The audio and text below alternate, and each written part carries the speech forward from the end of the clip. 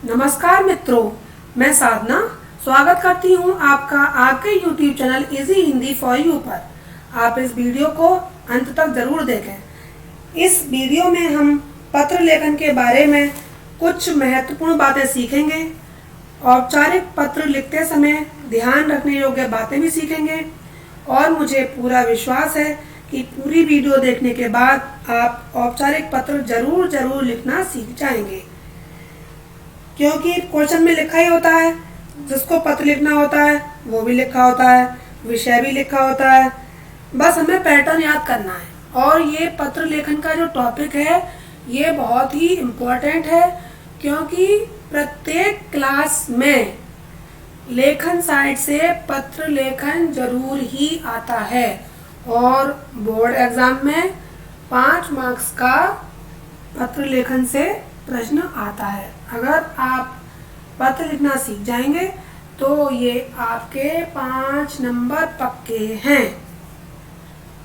अब आप देखिए पत्र लेखन। पत्र लिखकर हम अपने मन के विचारों को प्रकट करते हैं, यानी कि पत्र में हम वही बातें लिखते हैं जो हम दूसरों को बताना चाहते हैं। तो पत्र एक माध्यम है, अपने विचारों को दूसरों तक पहुंचाने का एक माध्यम है। जैसा कि आप जानते हैं कि भाषा के 2 रूप होते हैं, एक मौखिक एक लिखित।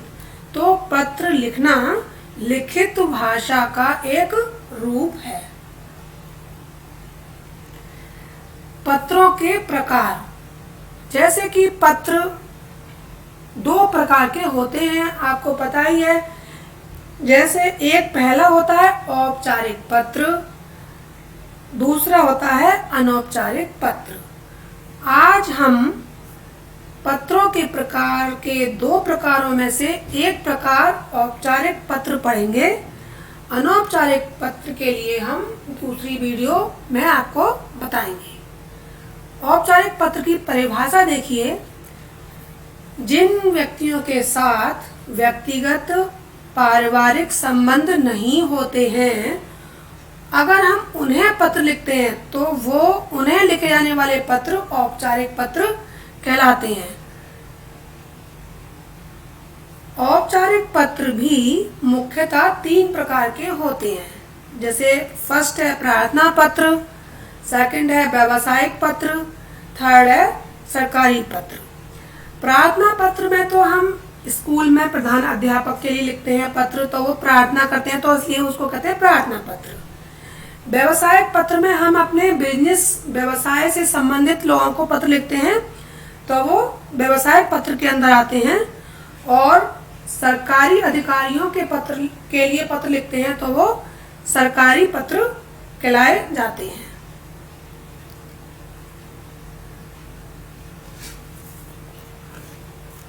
औपचारिक पत्र लिखते समय कुछ बातें याद रखने योग्य हैं, जो मैं आपको बता रही हूँ कि औपचारिक पत्र नियमों में बंधे होते हैं। अतः इस प्रकार के पत्रों में नपी तुली भाषा का प्रयोग किया जाता है। इसमें अनावश्यक बातों का उल्लेख नहीं करते हैं। इस प्रकार हम कह सकते हैं औपचारिक पत्रों में औपचारिक भाषा ही यूज करनी चाहिए। सेकंड, ये बात ध्यान रखनी है कि पत्र का प्रारंभ और अंत दोनों ही प्रभावशाली होने चाहिए। तीसरी बात यह है कि पत्र की भाषा सरल, लेख बहुत सुंदर होना चाहिए। चौथी बात, यदि आप परीक्षा भवन से पत्र लिख रहे हैं तो अपने नाम के स्थान पर अपना नाम ना लिखकर क ख ग लिखना चाहिए। पत्र हमेशा पृष्ठ के बाईं ओर से लिखना चाहिए। और एक बात ये भी ध्यान रखना चाहिए कि पत्र को एक ही पृष्ठ में लिखने का प्रयास करना चाहिए, ताकि तारतम्यता बनी रहे। पत्र को कभी 2 पेजों में नहीं लिखना चाहिए। ऐसा प्रयास करें कि स्टार्टिंग से और अंत तक पूरा एक पेज में पूरा पत्र आ जाए। अब आपको ये 10 बातें याद रखनी हैं अगर आपने औपचारिक पत्र लिखते समय ये 10 बातें याद रख ली तो आपके एग्ज़ाम में आने वाला हर पत्र आप लिख पाएंगे और आपको कभी भी डर नहीं लगेगा। आपके 5 नंबर बिल्कुल पक्के हैं। अगर आपने ये सीख ली तो आप हर औपचारिक पत्र को लिख पाएंगे। देखें ये 10 बातें। अब हम सीखेंगे कि जो 10 बातें हैं वो कौन सी वे 10 बातें हैं जिससे आप औपचारिक पत्र लिखना सीखेंगे। फर्स्ट बात, पहली बात यह है कि हमें लिखना है सेवा में। सेवा में के बाद कॉमा जरूर लगाएं। तो एक बात आप सीख गए कि हमें सेवा में लिखना है। दूसरी बात यह है कि जिसको पत्र लिखना है उसके बारे में हमें 3 लाइन में उसका पता बताना है। पहले तो उसका जो पद है वो लिखेंगे प्रधानाचार्य महोदय। तो ये प्रधानाचार्य पद हो गया। फिर वो उस स्कूल का नाम जिस स्कूल के वो हैं।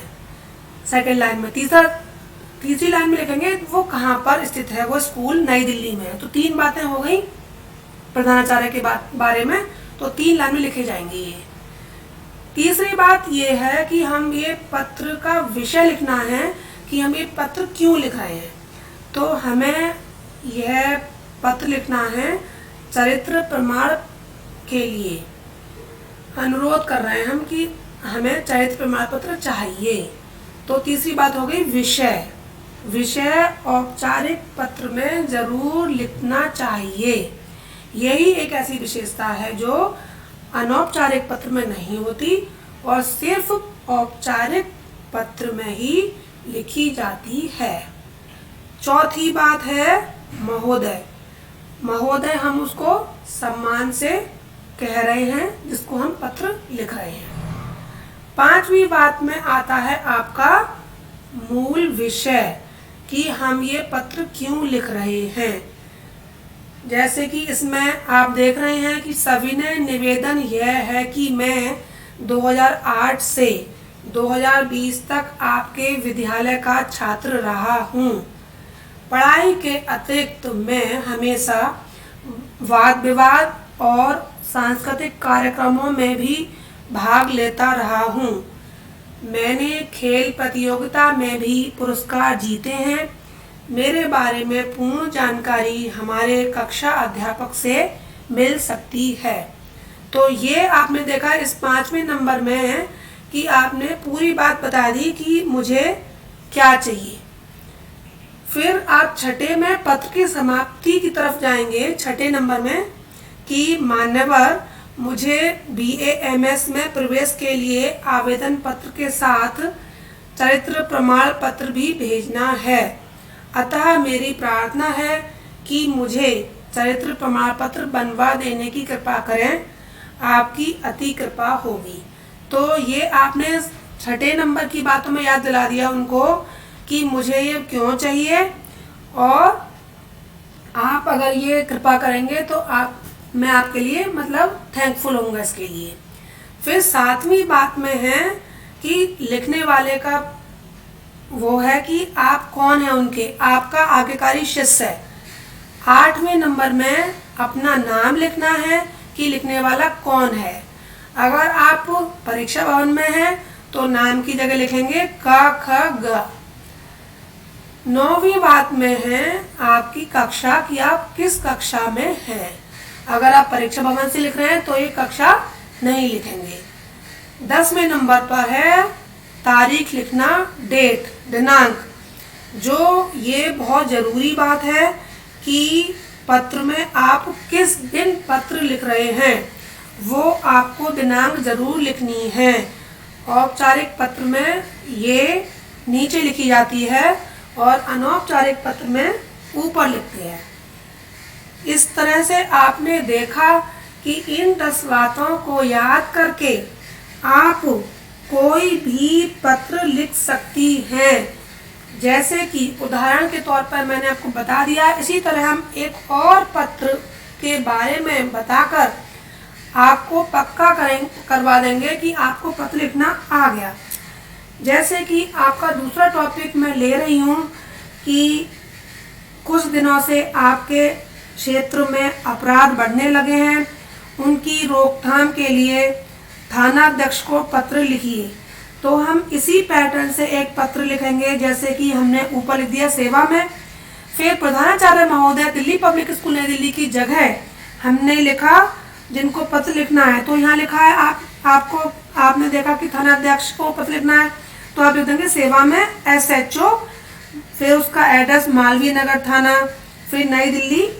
उसके बाद विषय के में लिख देंगे आए दिन बढ़ते अपराध की रोकथाम के विषय में।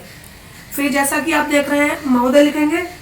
उसके बाद फिर लिखेंगे मूल विषय, जैसे पिछले कुछ दिनों से हमारी कॉलोनी में अपराधों की संख्या बढ़ती जा रही है, प्रतिदिन कोई ना कोई घटना घटी जाती है। जब से यहाँ शराब की दुकान खुली है तब से तो हालत और भी ख़राब हो गए हैं। लड़कियों महिलाओं से छेड़छाड़ तो आम बात हो गई है। अंधेरे में सड़क चलती औरतों के गले से चैन झपट ली जाती है। आसपास के वातावरण में लड़कियों से छेड़छाड़ करने में कोई किसी को संकोच नहीं होता। दफ्तरों से शाम को काम से लौटने वाली महिलाएं सुरक्षित नहीं हैं। चारों ओर केवल आतंक का माहौल छाया हुआ है।